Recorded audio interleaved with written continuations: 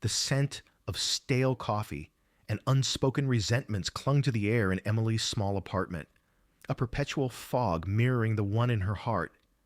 3 years. 3 years since the accident that had stolen her legs, her independence, and, most cruelly, her effortless joy. Now, her world was confined to the smooth glide of a wheelchair, a stark contrast to the vibrant, boundless existence she once knew. And in that confined world, the heaviest weight wasn't the paralysis itself, but the ghost of a man who still haunted her periphery, Robert. Her father? Robert was a silhouette of guilt, a stooped figure whose every movement seemed to carry the burden of an unspoken apology. He visited often, too often in Emily's opinion, his attempts at conversation falling flat against the wall of her bitterness. He'd offer lukewarm tea, ask about her day in a voice tight with forced cheer, and then lapse into long, uncomfortable silences, punctuated only by the distant hum of traffic or the rhythmic click of Emily's fingers on her tablet. It wasn't that Emily hated him. Hate felt too strong, too active for the deep, aching void that had replaced love. It was a cold, quiet despair, a constant reminder of how life had twisted, how trust had shattered. The accident itself was a blur of screeching tires and searing pain. But the aftermath, the whispers, the unspoken accusations, those were etched into her memory with agonizing clarity. Robert had been driving. That was the immutable fact. And though the police had called it an unavoidable tragedy, a deer darting into the road, Emily's heart refused to absolve him. How could it, when every day she woke up to the brutal reality of her new existence, a reality he had, however accidentally, orchestrated, her only true solace, her anchor in the turbulent sea of her emotions, was Rex. The German Shepherd was a magnificent creature, a sleek, powerful animal with eyes that seemed to hold the wisdom of ages and an unwavering devotion that shamed the fractured human relationships around him. Rex had been Robert's dog first, a boisterous pup he'd brought home years ago, a fluffy ball of energy that had quickly wormed his way into Emily's affections. After the accident, Rex had instinctively gravitated towards her, a warm, furry shadow that followed her every turn. He'd lie patiently by her wheelchair, his head resting on her knee, offering silent comfort that no human words could provide. When the nightmares came, twisting her sleep into knots of terror and frustration, Rex would be there, a heavy, reassuring weight on her chest, his soft whines a mournful lullaby.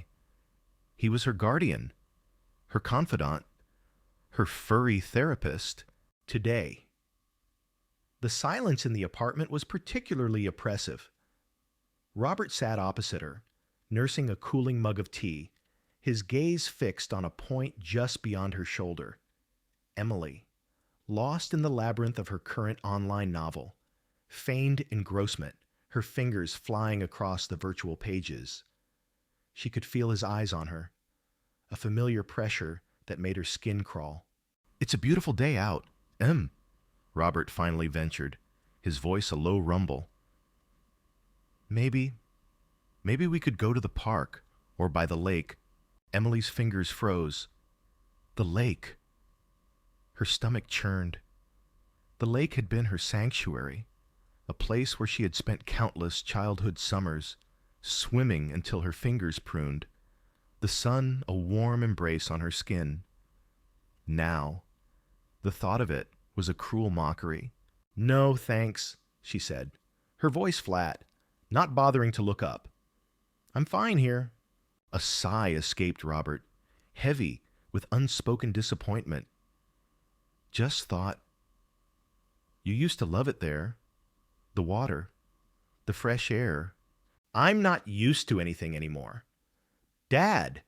Emily snapped, the words sharp, edged with a bitterness she couldn't quite control. She finally met his gaze, and for a fleeting second, saw a flicker of raw pain in his eyes that almost pricked her conscience. But it was quickly extinguished by the familiar wall of resentment. Rex, sensing the shift in the atmosphere, stirred from his comfortable spot by the window. He padded over to Emily's side, nudging her hand with his wet nose, his tail giving a tentative wag. Emily reached down, her fingers burying themselves in his thick fur, finding a momentary solace in his warm presence. Rex was always there, an unspoken apology from the universe, a loyal heart in a world that felt increasingly disloyal. Robert watched the interaction, a wistful look on his face. He loved Rex too, of course, but the dog's devotion to Emily had become another subtle barb in their strained relationship, a constant reminder of the chasm between them. Rex, in his simple, canine wisdom, seemed to understand Emily's pain in a way Robert never could. Please, Robert pleaded, his voice tinged with a desperation that was almost painful to hear. Just give me a chance. Let me try. I know it's not the same, but maybe we can find something new. Together, Emily scoffed, a dry, humorless sound. Together, Dad. We stopped being together a long time ago, before the accident. Even, her words were cruel, she knew. But the truth, as she saw it, was a bitter pill she'd been forced to swallow for years. Their relationship had always been distant, built on a foundation of unspoken expectations and unfulfilled promises. The accident had merely shattered the fragile facade. Robert flinched, as if physically struck. He ran a hand through his thinning hair, a gesture of profound weariness. I'm trying. Emily, I really am. I don't know how. That's the problem, isn't it? Emily retorted, her voice rising slightly. You never did. You always expected me to be fine, to bounce back, even now. She gestured vaguely at her wheelchair. You think if you just try harder, I'll magically walk again or laugh like I used to. But I can't. Dad, that part of me is gone. The air crackled with unspoken accusations. Rex, sensing the escalating tension, let out a soft whine, his gaze shifting anxiously between father and daughter. He seemed to understand the human drama unfolding, the raw emotions that pulsed beneath the surface. Robert finally stood up, his movements stiff. Fine, he said, his voice flat, devoid of its earlier plea. If you don't want to try, then I don't know what else to do. He walked towards the door, his shoulders slumped. Emily watched him go, a knot of something unidentifiable tightening in her chest. Was it triumph, resignation, or something else entirely? A flicker of regret for the harshness of her words. She didn't know. All she knew was the familiar sting of isolation, even with Rex's warm presence beside her. As Robert reached for the doorknob, he paused, turning back. His eyes, usually clouded with guilt, held a new, unsettling glint, a mixture of desperation and something akin to a grim resolve.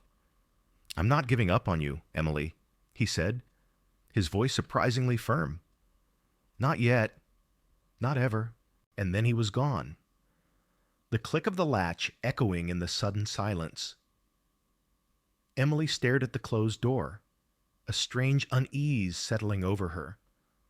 Robert's tone had been different, more determined than she'd heard in a long time. It sent a shiver down her spine. What did he mean? Not yet. Rex, sensing Emily's disquiet, nudged her hand again, then rested his head on her lap, letting out a soft sigh. Emily stroked his fur, her fingers finding comfort in his steady breath. The afternoon sun, once bright and promising, now felt cold and distant, casting long, unsettling shadows across the living room, the weight of their broken promise, her father's and hers, pressed down on her, an unseen burden that felt heavier than her own physical limitations. She knew, with a certainty that chilled her to the bone, that the silence he had left behind was not an end, but merely a prelude to something more, something she wasn't ready for, something she feared. The next morning dawned with an unsettling brightness, a stark contrast to Emily's mood. The unease from Robert's parting words still clung to her like a damp shroud. She'd slept fitfully, snippets of his strained voice echoing in her dreams. When her phone buzzed, vibrating insistently on her bedside table, she knew instinctively it was him. She let it ring twice, then answered, her voice tight with a preemptive defensiveness. "What? Dad?" "Emily? Good morning." Robert's voice was too cheerful, an artificial buoyancy that grated on her nerves. "Look, about yesterday, I've been thinking. I really want us to try. Just one more time. No arguments, no pressure, just a simple picnic." Emily sighed, rubbing a weary hand across her eyes. A picnic where... She braced herself for the inevitable suggestion of the lake.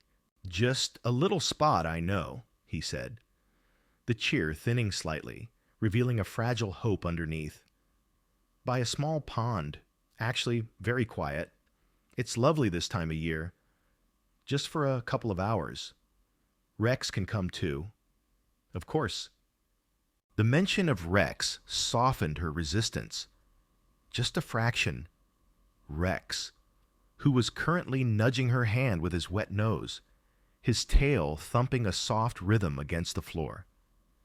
He seemed to sense her internal struggle, his large, intelligent eyes fixed on her. "Fine," she relented, surprising even herself. The word felt hollow as it left her lips. Maybe, just maybe, if she went along with this charade, he would finally see how impossible it was, how much everything had changed. Maybe then, he would finally leave her alone. But if it gets uncomfortable, I'm leaving. No questions asked. "Absolutely." Robert's voice brightened considerably. "I'll pick you up in an hour. Dress comfortably. It's quite a peaceful spot." An hour later, Emily was reluctantly ready, her hair pulled back in a simple ponytail, a light jacket over her t-shirt. Rex, sensing an outing, was practically vibrating with excitement, his big tail wagging furiously. He was a creature of simple joys, and a car ride, especially one with Emily, was high on his list. Robert arrived promptly, carrying a wicker picnic basket. He tried to smile, but it didn't quite reach his eyes, which still held that faint glint of grim determination from yesterday. He opened the back door of his SUV, carefully sliding the ramp into place. Emily maneuvered her wheelchair up the ramp, Rex hopping in beside her, settling down at her feet with a contented sigh. The drive was quiet, punctuated only by the soft hum of the engine and the occasional rustle of Rex shifting position. Robert tried to make small talk, pointing out landmarks, commenting on the weather. Emily offered one-word replies, or simply hummed noncommittally. She kept her gaze fixed out the window, watching the familiar urban landscape give way to rolling green hills and scattered clusters of trees. They eventually turned onto a narrow, unpaved road, winding through a dense patch of woods. Sunlight dappled through the canopy, creating shifting patterns on the forest floor. The air grew cooler, carrying the scent of damp earth and pine. Emily felt a flicker of something akin to peace, a brief respite from the suffocating tension that usually surrounded her father. After a few more minutes, the trees thinned, revealing a clearing. In the center lay a tranquil, almost perfectly still pond, its surface reflecting the clear blue sky. A small wooden jetty stretched out into the water, and a solitary, weathered wooden bench sat nearby. It wasn't the sprawling, vibrant lake of her childhood, but a smaller, more intimate body of water. Perhaps this was Robert's attempt at a compromise, a quiet place that wouldn't dredge up too many painful memories. "Here we are," Robert announced, pulling the SUV to a stop. He quickly got out, lowered the ramp, and helped Emily alight. Rex bounded out, sniffing the ground excitedly, then circled back to stand faithfully by Emily's chair. Robert set up their picnic on a patch of soft grass near the pond's edge.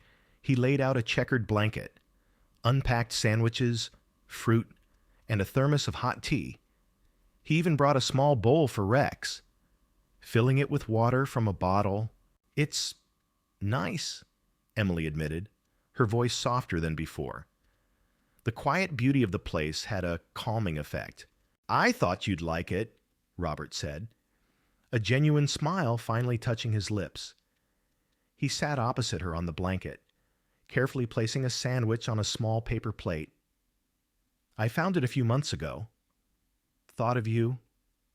Emily picked at her sandwich, the small gesture of thoughtfulness unsettling her. It was harder to maintain her wall of ice when he was genuinely trying.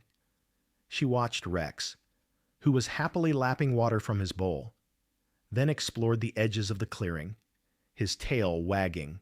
"So," Robert began, breaking the comfortable silence that had fallen between them, "how have you really been?" "Emily, beyond what you tell the doctors—" Emily stiffened. "I'm fine. Dad, as fine as I can be." "No, you're not," he said gently, his gaze unwavering. "And that's okay. It's okay not to be fine. But you need to talk about it. To someone." "I have therapy," she retorted, a sharp edge returning to her voice. "And it's none of your business anyway." "It is my business." "Emily," Robert's voice rose slightly, a hint of desperation creeping in. "You're my daughter. And what happened? It shattered both of us. But we can't just exist like this. Not forever." Emily pushed her plate away. "What do you want from me? Dad, forgiveness. Is that what this is about?" A quiet, pretty place to guilt trip me into saying everything's okay. Robert flinched, his face tightening. "No, that's not it at all. I want you to live again. To find some joy. You used to be so full of life, and now you're just existing. And I feel like it's my fault, and I don't know how to fix it." His voice cracked on the last word, revealing the raw anguish beneath his controlled exterior. Emily looked away, her gaze drifting to the placid surface of the pond. She could see her reflection, distorted slightly by the gentle ripples. A pale, drawn face stared back, a ghost of her former self. The anger was a familiar comfort, a shield against the pain.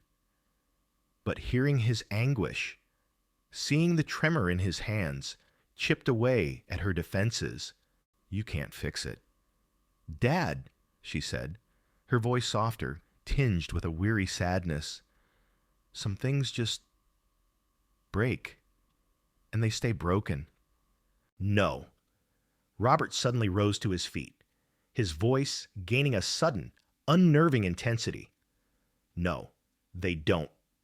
Sometimes you have to force them to heal. Sometimes you have to push past the fear, past the pain, to find the strength you didn't know you had."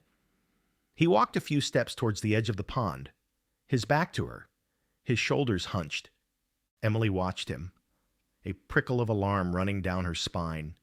His tone, his sudden movement. It was all wrong. Rex, too, seemed to sense the shift. He stopped sniffing at a patch of clover and looked up, his ears twitching, a low growl rumbling deep in his chest. "What are you talking about, Dad?" Emily asked, her voice tight. "What are you doing?" Robert turned, his eyes wild, a strange, almost manic glint in them. He took a deep breath, and his gaze swept over Emily, then over her wheelchair, a look of desperate, almost violent longing in his eyes. He took another step, then another, towards her. "I'm talking about living. Emily," he exclaimed, his voice rising to a near shout. "I'm talking about facing your fears, about not letting this thing define you. I can't stand seeing you like this anymore. I can't stand it." Before Emily could process his words, before she could even register the sudden, chilling shift in his demeanor, Robert was upon her. His hands, surprisingly strong, gripped the handles of her wheelchair. A wave of sickening dread washed over Emily. Rex let out a sharp, urgent bark, a warning that echoed the terror gripping Emily's heart. "Dad! What are you doing?" Emily screamed, her voice cracking with fear. She tried to push herself away, to brace her feet, but it was useless. Robert, with a desperate, almost unhinged strength, gave a mighty shove. The world tilted. The placid surface of the pond rushed towards her with terrifying speed. A strangled cry tore from Emily's throat as her wheelchair, with her still strapped into it, tipped forward. The cold, dark water rose to meet her, a gaping maw ready to swallow her whole. The last thing she saw before the icy shock consumed her was Robert's face, contorted in a strange mixture of anguish and a terrifying, misguided hope. And then the world was a chaotic rush of bubbles, cold, and a primal, all-consuming fear. The world was a maelstrom of frigid water and blinding panic. Emily's scream, cut short by the sudden immersion, turned into a choked gasp as the icy pond swallowed her whole. The shock was immediate, visceral, stealing her breath and sending a jolt of pain through her already weakened limbs.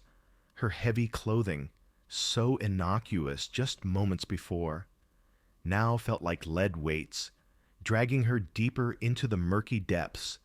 The wheelchair, a symbol of her stability and limited freedom, was now a cruel anchor, binding her to the terrifying descent. Disorientation set in instantly. She couldn't tell up from down. The sunlight, previously a warm embrace, was now a distant, shimmering disk above her, rapidly fading as she sank. Her lungs screamed for air, a desperate, primal urge that overshadowed all other thoughts. Water filled her nose, stinging and suffocating. She thrashed, instinctively, uselessly, against the restraints of her chair, her heart hammering against her ribs like a trapped bird. "This is it?" a terrifying voice whispered in her mind. "This is how it ends." Just as the darkness threatened to consume her entirely, a flash of movement, a blur of golden brown, cut through the murky water. Then a sudden, powerful nudge against her side. It was Rex. He was a force of pure, unadulterated instinct, a magnificent creature transformed into a tireless rescuer. His strong, muscular body sliced through the water with powerful strokes, his legs churning, propelling him towards her with an urgency that defied the cold. There was no hesitation in his movements, no doubt in his eyes, only an unwavering focus on his human. He reached her, circling once, his powerful tail creating small, guiding eddies. Then, with surprising gentleness for such a large animal, he nudged her arm, then her shoulder, his wet snout bumping against her hand. He seemed to be assessing the situation, his intelligent eyes gleaming even in the dim light. Emily, barely conscious, felt a flicker of something beyond terror, a faint spark of hope. Rex didn't try to pull her by her clothes. instinctively knowing it would only pull her deeper. Instead, he positioned himself strategically behind her wheelchair with a powerful surge. He began to push. It was slow, arduous work. The wheelchair was cumbersome, filled with water, and Emily's submerged weight added to the resistance. But Rex was relentless. His powerful hind legs propelled him, his front paws working like paddles, his entire body straining with effort. He would push, then surface for a quick gasp of air, his head breaking the surface with a loud snort, before diving back down to continue his tireless task. Each push was a monumental effort, a testament to his loyalty and strength. Emily could feel the vibrations of his powerful body against the back of her chair, a steady, rhythmic pressure that was her only connection to the world above. She was still sinking, but now, infinitesimally slowly, she began to move horizontally. Rex was nudging her towards the shallow bank, a silent, indomitable force guiding her through the watery abyss. Her vision blurred, dark spots dancing at the edges of her sight. Her muscles ached, screaming from the cold and the frantic lack of oxygen. She felt herself losing consciousness, drifting on the edge of a cold, watery oblivion. But then another nudge, stronger this time, insistent. Rex's body brushed against hers, a warm, living presence in the frigid water. It was a lifeline, a desperate plea to hold on. She clung to that sensation, to the faint hope that this loyal creature offered. Rex continued his relentless push. He was panting now, even underwater, small streams of bubbles escaping his nose. His fur, usually so sleek, was matted and heavy, but his determination never wavered. He focused entirely on his task, oblivious to everything else. This was his purpose, his mission to save his human. Slowly, agonizingly, the light above grew stronger. The murky depths began to thin, revealing vague shapes, the indistinct outlines of submerged plants. Emily's head felt heavy, her thoughts sluggish, but a primitive instinct for survival, fueled by Rex's unwavering efforts, kept a fragile hold on her consciousness. Rex continued to push, his body trembling with the strain. He was close now, so close. He could feel the slight incline of the pond bed beneath his paws. With a final, Herculean effort, he gave one last, mighty shove. The wheelchair scraped against something solid, a rock, then lurched forward. Suddenly, Emily's face broke the surface. She gasped, a ragged, choking sound, water sputtering from her mouth and nose. The cold air, though biting, was a blessed relief. She coughed, violently, her lungs burning, but she was breathing. She was alive. Rex was right there beside her, his head bobbing in the water, his intelligent eyes fixed on her face. He let out a soft whine, a sound of profound relief and concern. He didn't try to climb out. He stayed with her, treading water, making sure she was truly safe, his body a warm, reassuring presence.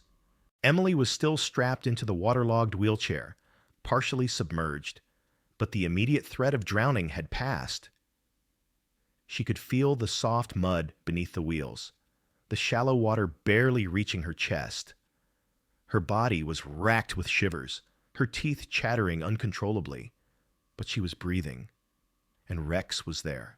She looked at him, her vision still blurry, but clear enough to see the exhaustion etched on his face, the frantic pulse of his broad chest. He had done this. He had saved her. Her loyal, courageous Rex, a wave of overwhelming gratitude, raw and pure, washed over her, momentarily eclipsing the terror she had just experienced. Then, a new sound cut through the ringing in her ears, a splash, frantic and desperate. From the deeper water behind them, Emily turned her head, slowly, painfully, her eyes still watering from the cold. It was Robert. He was flailing, churning the water, his face a mask of terror and self-reproach, his earlier grim resolve utterly shattered. He was shouting something, his voice hoarse and broken. But the words were lost in the chaotic splashing and Emily's own chattering teeth. He was swimming towards them, but with a clumsy, panicked urgency that made it clear he was not in control. The terrifying, reckless act of pushing her into the water had given way to an even more profound terror, the raw, agonizing fear of losing his daughter. Robert's desperate thrashing was a stark contrast to Rex's graceful, purposeful strokes. The moment Emily's wheelchair had plunged into the pond, a cold dread had seized him, chilling him far more profoundly than the water he now struggled in. The image of her terrified face, the horrified gasp that had been cut short, replayed in his mind like a horrific, slow-motion film. His grand, misguided plan to shock her back to life had backfired spectacularly, twisting into a nightmare. For a few agonizing seconds, he had stood frozen on the bank, watching the ripples spread, watching his daughter disappear beneath the surface. His mind, usually sharp and decisive in business, had gone utterly blank, replaced by a deafening roar of panic. He had wanted to fix her, to wake her up from what he perceived as her self-imposed despair, but all he had done was plunge her deeper into danger. The twisted logic of his tough love had dissolved in an instant, leaving behind only raw, unadulterated terror. Then, Rex. The German Shepherd had reacted with an immediate, primal instinct that shamed Robert's human paralysis. Without a second's hesitation, the dog had launched himself into the water, a golden blur of courage. Robert watched, mesmerized by the powerful strokes, the determined set of Rex's head as he disappeared beneath the surface. Following Emily. It was only when Emily's head finally broke the surface, gasping for air, that Robert's own frozen panic thawed. A sob tore from his throat. She's alive. She's alive. But she was still in the water, shivering, her body clearly in shock, the heavy wheelchair dragging at her. And Rex, magnificent as he was, couldn't single-handedly lift her out. Robert plunged into the water, not with the deliberate focus of a rescuer, but with the frantic, clumsy movements of a man utterly consumed by guilt and fear. Every stroke was a desperate prayer, every gasp for air a silent apology. The water was colder than he anticipated, stealing his breath and sending jolts of icy pain through his limbs. He churned towards Emily, his arms flailing, his legs kicking wildly. His eyes were fixed on her, on Rex, a desperate need to reach them, to undo his catastrophic mistake. Emily, oh God, Emily, he choked out, his voice hoarse, barely audible above his own splashing. I'm so sorry. I'm so sorry. The words tumbled out, raw and unbidden, born of a terror that transcended any need for pride or self-preservation. He finally reached her, his hands fumbling for the wheelchair, for Emily's arms. She recoiled slightly, her eyes wide with a mixture of shock and lingering fear. The moment of pure relief at being saved by Rex was quickly overshadowed by the sight of her father, wet, desperate, and the architect of her trauma. "Don't touch me," she croaked, her voice weak but firm, pushing his hands away. Rex, still treading water beside her, let out a low growl, a protective rumble deep in his chest. Robert ignored her words, ignored Rex's warning. He was beyond hearing anything but the desperate urgency of the situation. "We need to get you out. You're freezing." He tried to pull the wheelchair, but it was incredibly heavy, bogged down by the mud and water. He cursed himself for his lack of foresight, for not even considering the logistics of getting her out if his insane plan worked. He began to push from behind, adding his strength to Rex's unwavering efforts. The water was shallow enough here that his feet could touch the bottom, though the mud was thick and clinging. Together, father and dog, they slowly, painfully, maneuvered the waterlogged wheelchair towards the bank. Every inch felt like a mile. Robert's muscles screamed, his lungs burned, but he pushed through the exhaustion, fueled by a relentless, self-punishing drive. Finally, with a loud squelch, the wheels grated onto solid ground. Robert, gasping for breath, scrambled out, pulling the chair with him. Emily, shivering violently, was still strapped in, her face pale, her lips tinged blue. Rex, dripping wet but triumphant, bounded out of the water after them, shaking himself vigorously, sending a spray of cold droplets over them both. Emily immediately tried to unbuckle herself, her fingers clumsy with cold and shock. Robert knelt beside her, his hands shaking as he helped her release the straps. The moment she was free, she pushed herself away from the chair, crawling weakly onto the grass, then turning away from him, curling into a fetal position, still trembling. Rex immediately lay down beside her, pressing his warm, furry body against her back, whimpering softly. Robert watched her, his heart twisting. He had never seen her look so small, so vulnerable, so utterly broken by his hand. The weight of his actions crashed down on him, a crushing, suffocating realization of the damage he had inflicted.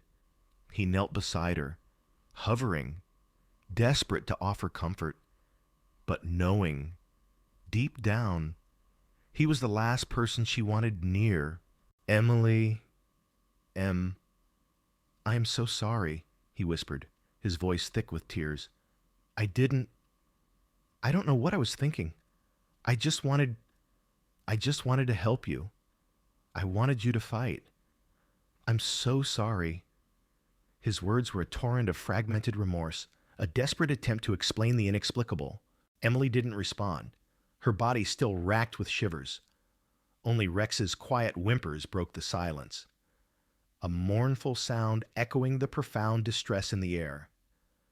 Robert felt a profound sense of helplessness, a stark realization that his help had been nothing short of an assault.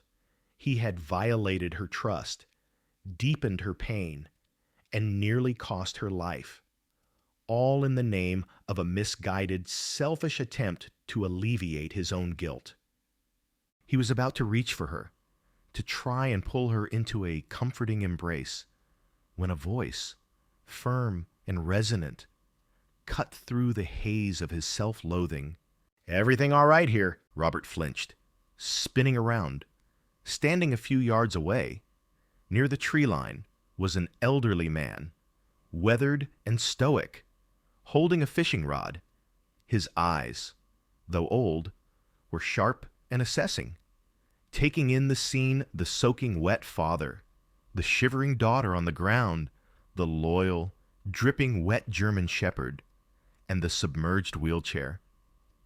The man's gaze held no judgment, but an unmistakable understanding, an awareness that went beyond a simple inquiry. He had seen it all. The realization hit Robert with the force of a physical blow. A witness, his act, born of desperation and a twisted love, had been laid bare for a stranger to see. The humiliation was immediate and profound, but it was quickly overshadowed by a fresh wave of panic. This wasn't just a terrible mistake between father and daughter anymore. This was a public act. This was a crime. The old man, Arthur, took a step closer, his eyes still fixed on Robert. "I called the authorities," he stated, his voice calm, devoid of accusation, yet laced with an undeniable authority. "They should be here soon. You did what you had to do to get her out." "Son, but I saw how she got in." Robert's blood ran cold. He opened his mouth to protest, to explain, to plead. But no words came out. His throat was tight, choked with despair and the bitter taste of his own failure. He looked back at Emily, still huddled on the ground, Rex a protective bulwark beside her, the loyal dog, his own dog, who had instinctively risked his life to undo Robert's monstrous act. The shame was a burning inferno in his chest, the wail of a distant siren, faint at first, then growing steadily louder, confirmed Arthur's words. The world was about to close in, and Robert knew, with chilling certainty, that he had nobody to blame but himself. His attempt at redemption had only served to damn him further, dragging both him and Emily into a deeper abyss of pain and public scrutiny. The siren's wail grew from a distant cry to an insistent shriek, slicing through the otherwise tranquil lakeside air. It was the sound of consequences, of a private horror spilling into public view. Robert stood frozen, watching the elderly fisherman, Arthur, who merely watched him back, his expression unreadable. Emily, still curled on the grass, shivered, clinging to Rex as if he were her only anchor in a world that had just been violently upended. Rex, for his part, remained vigilant, a low guttural rumble occasionally escaping his chest, his eyes never leaving Robert. 2 patrol cars, lights flashing a silent, ominous warning, pulled into the clearing moments later. The sudden appearance of authority figures, coupled with the raw aftermath of the event, created a surreal tableau. 2 officers, a man and a woman, emerged from their vehicles, their faces grave, their movements precise.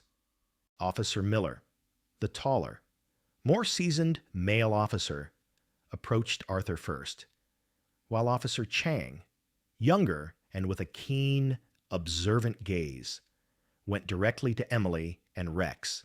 "Sir, are you all right?" Officer Miller asked Arthur, his voice calm and professional. "We received a call about a disturbance, possibly an assault." Arthur nodded, his gaze unwavering as he pointed towards Robert. "I'm fine, officer. But that young woman and her dog, they just went through quite an ordeal. And he gestured towards Robert. He put her in the water." The accusation hung heavy in the air, undeniable and stark. Robert felt a fresh wave of nausea. He wanted to speak, to defend himself, to explain the twisted logic that had driven his actions, but his throat felt constricted, and the words wouldn't form. Officer Miller's attention immediately shifted to Robert, his eyes narrowing. "Sir, can you explain what happened here?" Before Robert could stammer out a response, Officer Chang was already kneeling beside Emily. "Ma'am, are you hurt? What happened?" She spoke softly, her tone empathetic, her eyes taking in Emily's pale, trembling form, the sodden clothes, and the loyal dog pressed against her. Emily, still shivering uncontrollably, could only manage a few choked words. He pushed me, my father, into the water." Her voice was thin, fragile, laced with unshed tears and profound shock. The simple declaration, delivered with such raw vulnerability, was more damning than any elaborate accusation. Rex let out another low growl, pushing his head protectively against Emily's side, as if to reinforce her words, his unwavering loyalty a silent testimony. Officer Chang looked up, her gaze hardening as it met Robert's. "Is this true, sir?" she asked. her voice losing its initial softness. Robert finally found his voice, though it was a strained whisper. I didn't. I just wanted to. It was an accident. Not entirely. I mean, I pushed her, but I didn't mean. I just wanted her to fight. To live. I made a mistake.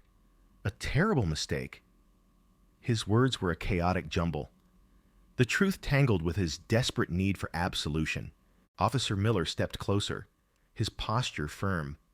Sir, I'm going to need you to step away from your daughter, and please, just tell us calmly, from the beginning, what transpired as Robert slowly moved away, his eyes never leaving Emily. She began to recount the day's events, haltingly at first, then with a growing clarity fueled by the lingering trauma. She described the forced picnic, Robert's strange intensity, his desperate plea for her to fight, and then the sudden, terrifying shove. Her voice trembled, but she omitted no detail, the shock of the moment still vivid in her mind. He just pushed me, she repeated, her voice rising in a fresh wave of emotion. Into the water, with my chair. He knew I couldn't swim like I used to. He knew I couldn't get out. Tears finally welled in her eyes, spilling down her pale cheeks. And then Rex jumped in, she continued, looking down at the German shepherd, her hand finding comfort in his fur. He pulled me. He pushed me to the shore. He saved me. Her voice was thick with gratitude and fierce affection for her loyal companion. Both officers observed Rex, who watched Emily with an intensity that spoke volumes, his wet fur, his exhausted panting, and his unwavering presence beside Emily all corroborated her story. The silent, heroic actions of the animal painted a vivid picture of the emergency that had unfolded. Officer Miller turned back to Robert, his expression now one of grim certainty. Sir, based on the witness's statement and your daughter's account, along with your own admission, we're going to have to take you in for questioning. This is a serious matter. Robert felt a cold shiver run down his spine, unrelated to the dampness of his clothes. Questioning, no. Please. It was a mistake. I love my daughter. I made a terrible error in judgment, I swear. I didn't mean for her to get hurt. He wrung his hands, his voice pleading, desperate. We understand that, sir, Officer Chang interjected, though her tone remained firm. But this is a matter for the detectives now. You need to come with us. As they began to escort Robert towards one of the patrol cars, he cast a last, desperate glance at Emily. She was still huddled on the ground, her face buried in Rex's fur, her shoulders shaking with silent sobs. She didn't look at him. The chasm between them had never felt so vast, so insurmountable. The distance wasn't just physical now. It was an emotional canyon carved by his reckless act. Rex, sensing Robert's departure, lifted his head, his intelligent eyes following Robert's retreating figure, for a moment. The dog's gaze seemed to hold a flicker of sadness, a profound understanding of the complex human emotions at play. Then, he turned back to Emily, nudging her gently, his focus returning entirely to his girl. Officer Chang stayed with Emily, offering her a warm blanket from the patrol car and a bottle of water. We'll need to take a full statement from you at the station, ma'am, she said gently, and we'll make sure you get checked out by medical personnel. Are you able to get back into your chair? Or would you prefer an ambulance? Emily shook her head weakly. No ambulance. I can get back in the chair. Just, can Rex come with me? Of course, Officer Chang reassured her, a small, sympathetic smile touching her lips. He's a very good boy. He saved your life.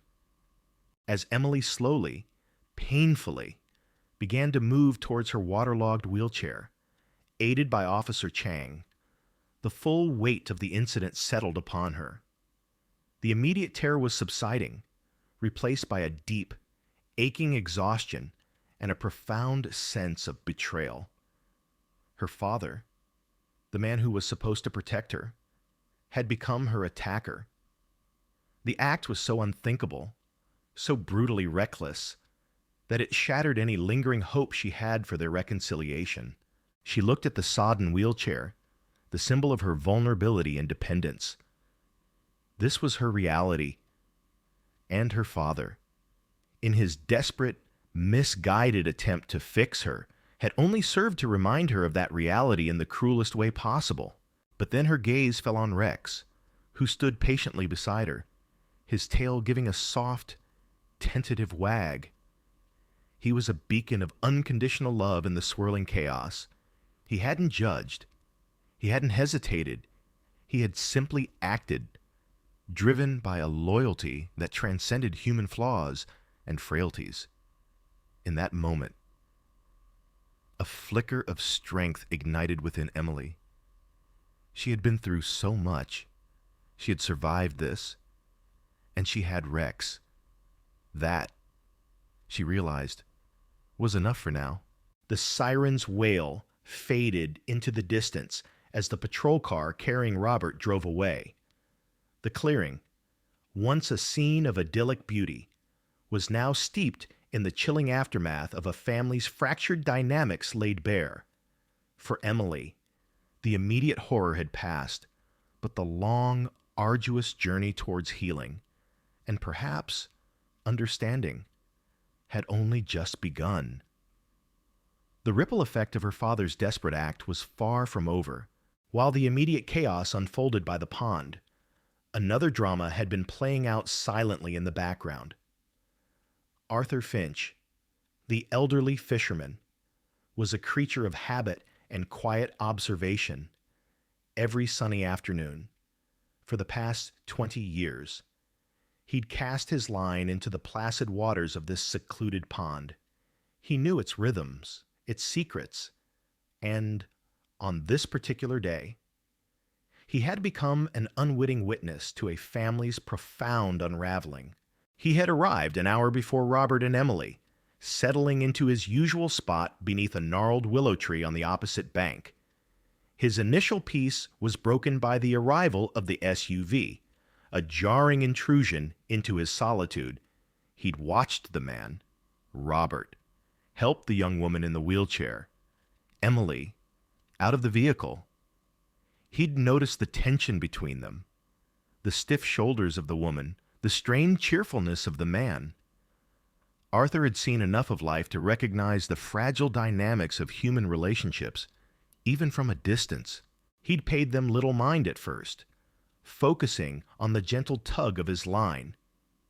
But then their voices had risen, carried across the water on the gentle breeze. He couldn't make out the exact words, but the tone was clear, sharp, accusatory from the woman, desperate and pleading from the man.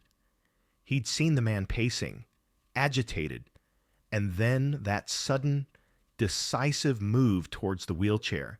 Arthur's old eyes, though requiring glasses for reading, were still remarkably keen at a distance. He'd seen the shove. He'd seen the wheelchair tumble, the splash, the horrified look on the young woman's face. His heart had leapt into his throat.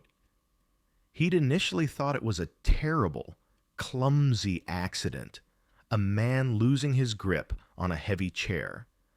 But the sheer force of the push, the way the man had recoiled, and the immediate, desperate struggle in the water told a different story. His first instinct, honed by decades of common sense, was to act. He didn't hesitate. His old flip phone, kept in a waterproof pouch, was already in his hand. His fingers, gnarled with age and arthritis, moved surprisingly quickly as he dialed 911. "Yes, I'm at Willow Creek Pond," he'd stated calmly, his voice steady despite the adrenaline coursing through his veins. There's been an incident. A woman in a wheelchair has been pushed into the water. It looks like her father did it. She's struggling. Get someone here, fast.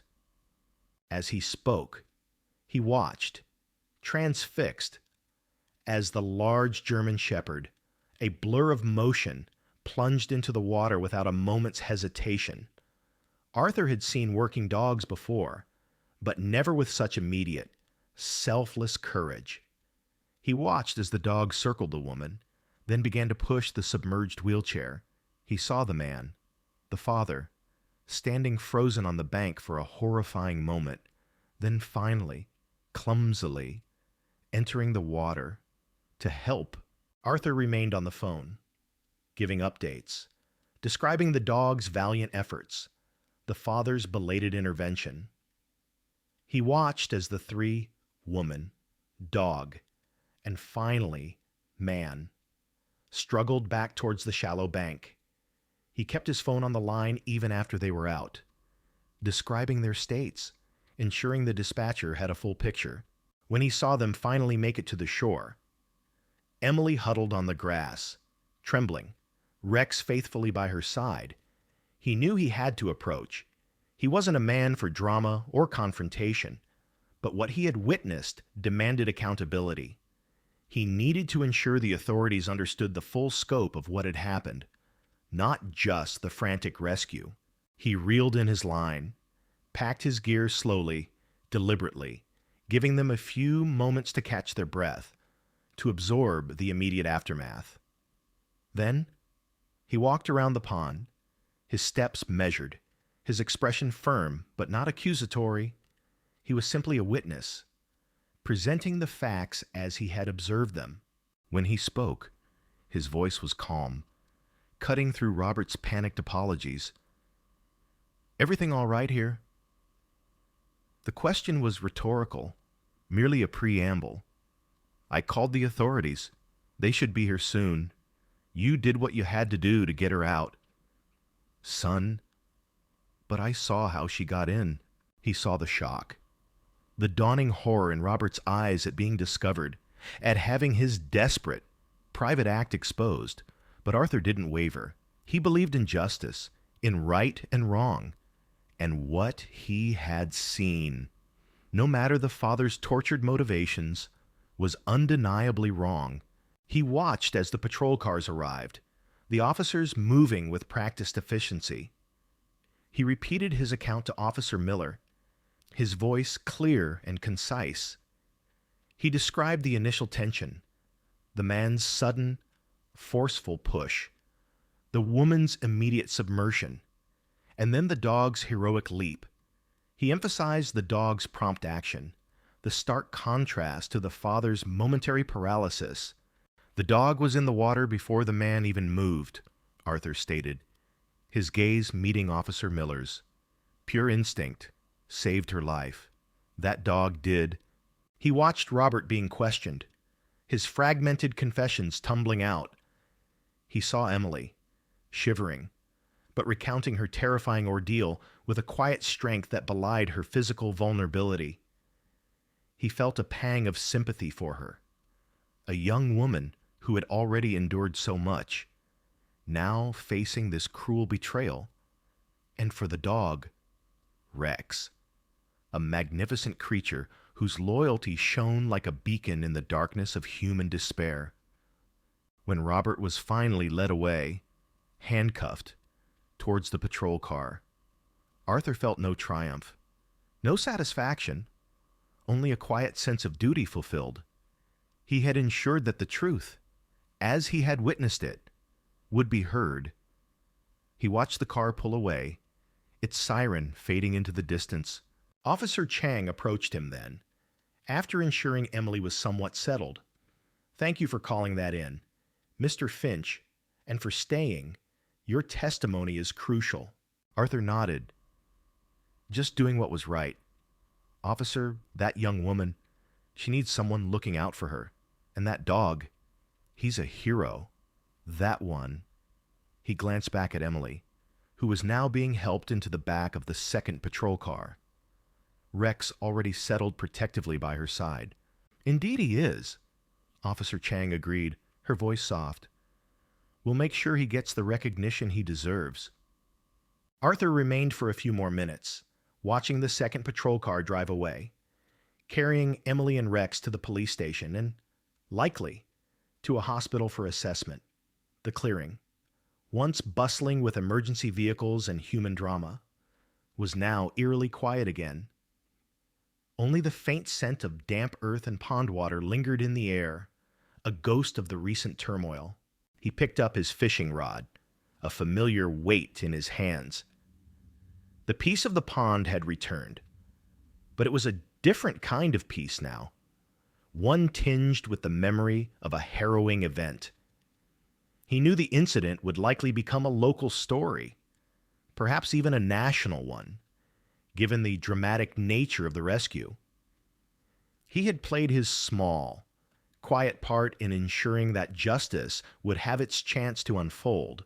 As he walked back towards his own car, his steps slow but steady, Arthur reflected on the fragility of human relationships, the unforeseen consequences of desperate actions, and the profound, unwavering loyalty of an animal. He thought of the desperate look in Robert's eyes, the raw terror in Emily's, and the pure, selfless courage of Rex. The pond, once merely a fishing spot, would forever hold the echoes of a father's terrible mistake, a daughter's ordeal, and a German shepherd's viral act of heroism. And he, Arthur Finch, the quiet observer, had been there to witness it all. His testimony would ensure that the full, unvarnished truth would come to light. The sterile confines of the police station felt a million miles away from the fresh air of the pond. Yet the chill that permeated Emily's bones was far more profound than any lingering dampness. She sat in a small, utilitarian room, a rough blanket draped over her shoulders, her soaked clothes having been exchanged for a set of generic scrubs provided by the officers. Rex, true to his word, was there, lying patiently at her feet, his head occasionally lifting to nuzzle her hand, a warm, comforting weight against her trembling fingers. Officer Chang, efficient and kind, sat opposite her, ready to take her official statement. "Are you feeling a bit warmer, Emily?" Officer Chang asked, her voice soft but professional. "We can get you another blanket if you need one, or some hot tea." Emily nodded weakly, a plastic cup of lukewarm water clutched in her hands. "I'm okay.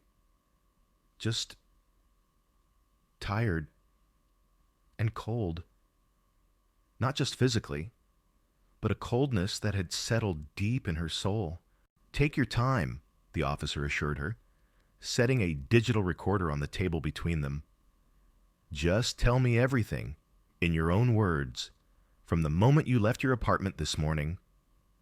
Emily began to speak, her voice hesitant at first, then gaining a fragile strength as she recounted the day.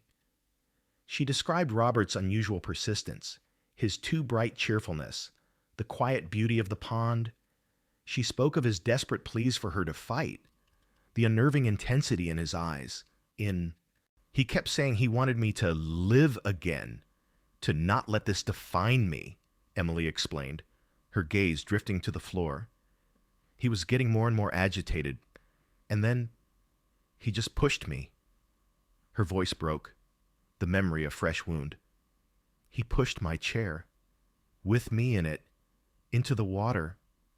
Officer Chang listened patiently, jotting down notes, her expression unreadable. She didn't interrupt, allowing Emily to relive the terrifying moments, the icy shock, the frantic struggle. And then Rex. He just jumped in, Emily continued, her voice filled with a profound gratitude that momentarily eclipsed her pain. She looked down at the German shepherd, who lifted his head, nudging her hand. He was there so fast. He pushed me. He saved me. He kept pushing until I could breathe again. He's a remarkable dog, Officer Chang murmured, casting an admiring glance at Rex. Absolutely remarkable. We've taken his official details. He'll be noted in the report as a hero. The word hero settled gently in Emily's mind, a small, warm ember in the coldness. Yes, Rex was a hero. Her hero. The only one. The questioning continued for another hour, meticulously documenting every detail, every emotion. Emily recounted Arthur Finch's appearance, his calm intervention, the arrival of the police. She answered questions about her relationship with Robert, the accident that had paralyzed her, the lingering guilt and resentment that had poisoned their dynamic for years. She tried to explain her father's desperation, not to excuse his actions, but to provide context to the incomprehensible. He always felt guilty about the accident, Emily confessed, her voice barely a whisper. He was driving. It wasn't his fault. The deer ran out. But he never forgave himself. He thought if I could just get over it, then maybe he could too. He wanted me to be normal again, for his sake, not really for mine. A bitter laugh escaped her lips. He thought if I would just try hard enough, I'd walk again, or at least pretend to be happy. When the interview concluded, Officer Chang assured Emily that her statement would be forwarded to the detective handling the case. We'll also ensure you get a full medical evaluation. Emily, even if you feel fine, it's important to rule out hypothermia or any other issues from being in the cold water. Emily agreed, too exhausted to argue. As she was wheeled towards the station's medical bay, her mind began to wander, replaying the day's events. The shock was slowly giving way to a gnawing sense of grief. Her father, the man who was supposed to be her protector, had become her aggressor. The fragile thread of hope, however thin, that their relationship might one day heal, had been brutally severed by the frigid waters of the pond. Meanwhile, in a different, more austere interrogation room, Robert faced Detective Evans, a man whose calm demeanor masked a sharp, discerning mind. Robert, still in his soaking clothes, shivered, but it wasn't from the cold. It was from the weight of his actions, the shame, and the dawning realization of the legal ramifications. Mr. Davies, can you tell me, in your own words, what happened at Willow Creek Pond today? Detective Evans asked, his voice even, devoid of judgment. Robert began to speak, his voice hoarse, his words tumbling out in a torrent of anguish and self-recrimination. He didn't try to deny what he had done. How could he? Arthur Finch's testimony, Emily's statement, even Rex's clear devotion to Emily, it all pointed to the undeniable truth. I pushed her, Robert admitted, his head bowed. I pushed Emily into the water. I swear, I didn't want to hurt her. I wanted to shock her, to make her fight, to make her realize she still had strength inside her. He looked up, his eyes pleading. It was a terrible, desperate idea. I know that now. I just couldn't stand seeing her like that anymore. So lifeless, so broken. He recounted the accident 3 years prior, the deer, the skid, the horrific crash that had stolen Emily's mobility. He spoke of the crushing guilt that had haunted his every waking moment, the sleepless nights, the pervasive sense of failure. I tried everything, he confessed, tears finally streaming down his face. Therapy, specialists, even those experimental treatments. But nothing worked. And she closed herself off. From me, from the world. I thought if I pushed her to the edge, she'd find the will to pull herself back, that she'd see how strong she really was. Detective Evans listened, his expression neutral. He had heard countless variations of misguided intentions, desperate acts born of love, or what masqueraded as love. But rarely had he heard one so dangerously reckless, so profoundly damaging. "Mr. Davies," the detective said, his voice firm, "what you did was not helping. It was a dangerous act that could have cost your daughter her life. You put her in immediate peril, regardless of your intentions. That is a criminal offense."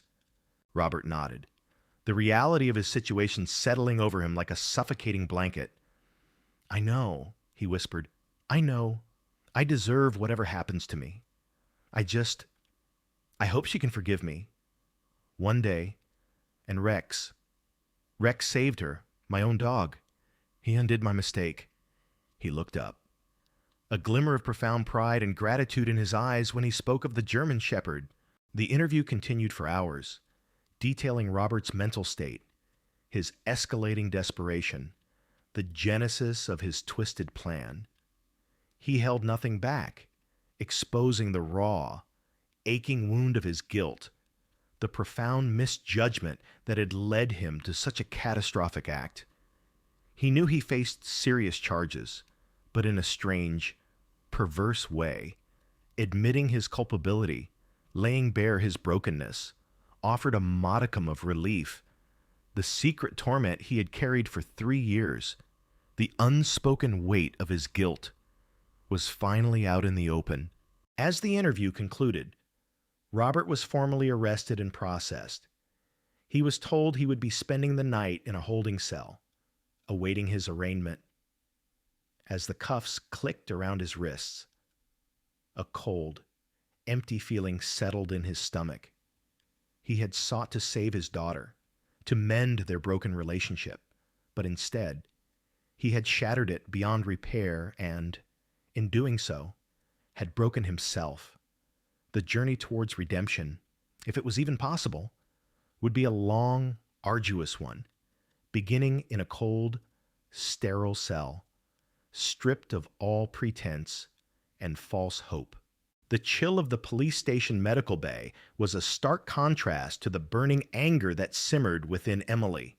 Despite the blanket wrapped tightly around her and the warm herbal tea in her hands, she felt an internal frost, a numbness that was slowly giving way to a searing rage. She had been examined by a kind, efficient medic who confirmed no serious physical injuries beyond the shock and lingering cold. But the emotional wounds ran deep, far deeper than any surface bruise. Rex, ever her shadow, lay quietly beneath the examination table, a comforting weight against her feet. He seemed to sense her distress, occasionally nudging her ankle with his head, a silent offering of unwavering support in the chaos of the past few hours. He was the one constant, the one pure, uncomplicated source of comfort. After the medical check, Emily was guided to a small private room. Officer Chang brought her some fresh, dry clothes and sat with her for a while, just offering a quiet presence. "A social worker will be here soon. Emily," Officer Chang explained gently. "They'll help you figure out next steps, housing arrangements if needed, and emotional support." Emily just nodded, her mind a whirl of fragmented thoughts. Next steps. Housing it was surreal. Just this morning, her biggest concern had been avoiding another awkward conversation with her father. Now, her father was in custody, and her entire life felt like it was teetering on the edge of an abyss. The social worker, a woman named Sarah with kind eyes and a gentle demeanor, arrived shortly after. Sarah spoke softly, her questions probing but respectful. She listened patiently as Emily recounted the day's events again, the raw emotions still close to the surface. "This must be incredibly difficult." "Emily," Sarah said, her voice filled with genuine empathy, "what your father did was unacceptable. and dangerous. It's understandable that you're feeling a range of emotions right now: fear, anger, betrayal. Emily finally let some of her pent up emotions surface. "I don't understand why he did it," she choked out, tears finally blurring her vision. "He kept saying he wanted me to fight, to live. But how is nearly drowning me supposed to help? How is that love?" Her voice rose in frustration. He just, he broke me all over again. I thought we were getting somewhere, even with all the unspoken things between us. Now, she trailed off, unable to voice the despair that gripped her. Sarah listened, offering a tissue.